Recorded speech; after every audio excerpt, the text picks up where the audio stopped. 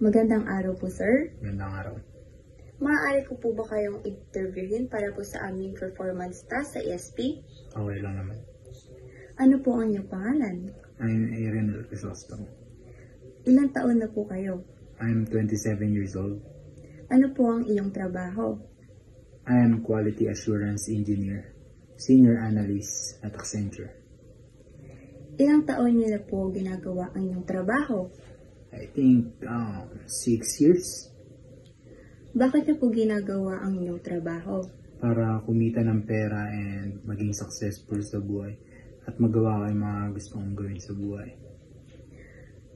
Nagkaroon na po ba ng pagkakataon kayo na tumigil o isipin na sumuko sa inyong trabaho at bakit po? Maraming beses na rin. Sa mga na-experience ko sa work, may mga katrabaho na hindi magandang makisama and minsan nabubuli, hindi naman physically pero parang nakaka-down pag may ganong kasamang katrabaho. Pero professionally, nawa-workout naman yan and hindi ko pinipiling sumuko. Naisip ko lang o napapag-isipan ko na parang ayoko na dahil may mga katrabahong ganun.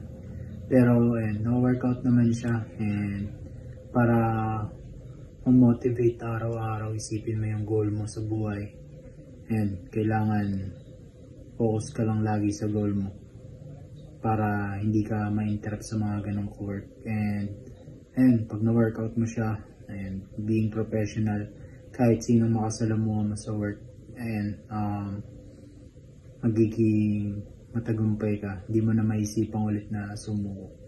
Maraming beses ko nang naisipan yun pero di naman natuloy. And may mga mabuti na mga ka-work na papayuhan ka ng maganda. Okay po, sir. Bakit niyo po pa rin piniling ituloy ang inyong trabaho? Para kanino at para saan po? Bakit ko tinuloy? Kasi na-enjoy ko naman siya. And siguro kaya ako ginagawa to is para matupad ko yung dreams ko and maganda naman yung nagiging result and para kanino, unang-una para sa sarili ko syempre and para din kay God, laging kasama si God sa mga plano sa buhay and then para saan and yun nga, nasabi ko na para matupad ko yung dream ko, magkaroon ng sariling bahay, makapag-travel, and lahat para doon, and maging successful, and hindi naman tayo habang buhay. Kaya ginagawa ko lahat para masulit ko yung buhay na meron ako. Ayun lang. Maraming salamat po, sir. Wala ka ng katanungan? Wala na po. Okay, thank you.